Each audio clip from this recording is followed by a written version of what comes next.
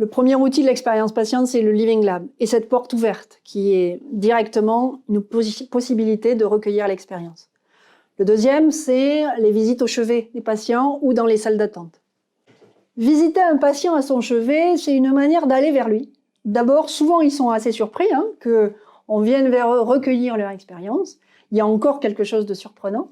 Et pour le patient, c'est une manière de pouvoir dire les choses de manière tranquille. On a le temps au chevet pour détailler un peu tout le chemin que le patient a parcouru. C'est là qu'on recueille l'expérience à l'imagerie, par exemple, ou l'attente aux urgences. Vraiment là, au chevet, c'est sans doute l'endroit où on perçoit le mieux l'expérience du patient qui est au cœur de son parcours.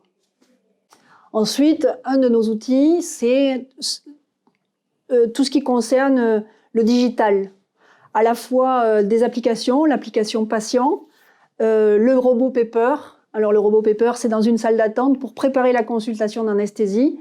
Le robot vous accompagne, fait baisser souvent un peu la tension parce qu'il y a quelque chose de ludique et prépare la consultation avec l'anesthésiste. Un autre outil, c'est le site internet. Sur ce site internet, on l'a fabriqué avec les patients. Il s'est passé, entre le moment où on l'a soumis en Living Lab aux patients et le moment où il est sorti, c'est passé 6 mois parce qu'on a reformulé, remodulé en fonction de ce que les patients nous avaient dit dans le Living Lab. Le site internet, c'est un outil capital parce que c'est un outil d'information et de pédagogie parfois. Donc on renvoie beaucoup les patients aux fiches médicales. Vous avez un médecin qui peut vous expliquer dans un podcast, par exemple, voilà, je suis le docteur Alexandre Rowe, je vais vous opérer d'une hernie inguinale. Qu'est-ce que cette opération? Comment va-t-elle se passer? Combien de temps va-t-elle durer? Et après, qu'est-ce que vous ferez? Qu'est-ce que vous pourrez faire? On vous dit... Et puis il y a des exemples très précis. Et ça, c'est de l'expérience patiente. C'est-à-dire que parfois, les patients, quand ils sortent de l'hôpital ou quand ils vont y entrer, il y a beaucoup d'inconnus. Un exemple précis. On vous dit souvent, après une opération, il ne faut pas porter de charge lourde. Une charge lourde, le docteur vous dit ça sur le podcast, c'est équivalent au poids d'un pack d'eau. Un pack d'eau, ça veut dire que mon fils, mon bébé, c'est une charge lourde. Ben non, c'est pas une charge lourde. Vous voyez, le filtre de l'émotion fait que le bébé, ça peut pas être une charge lourde. En mettant comme ça l'image du pack d'eau, eh ben ça permet aux patients vraiment d'être informés en vrai et pas simplement un discours comme ça qui finalement ne représente rien.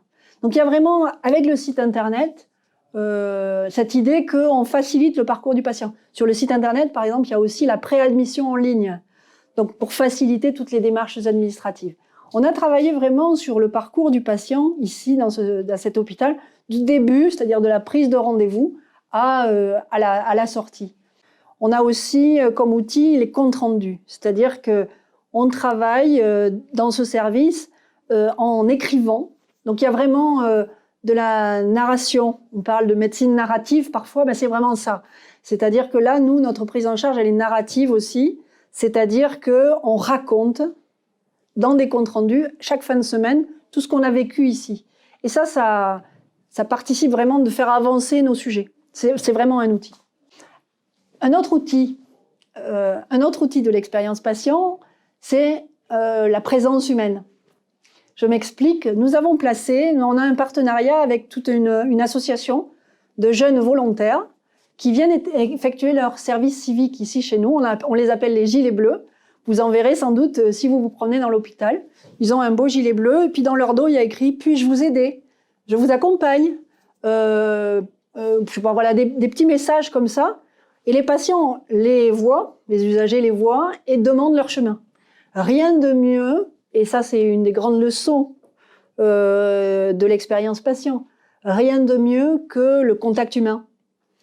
Vous pourrez mettre la Joconde sur les murs, les patients ne la verront pas, parce qu'ils sont pris dans toutes leurs émotions, dans ce que va leur dire l'oncologue, voilà.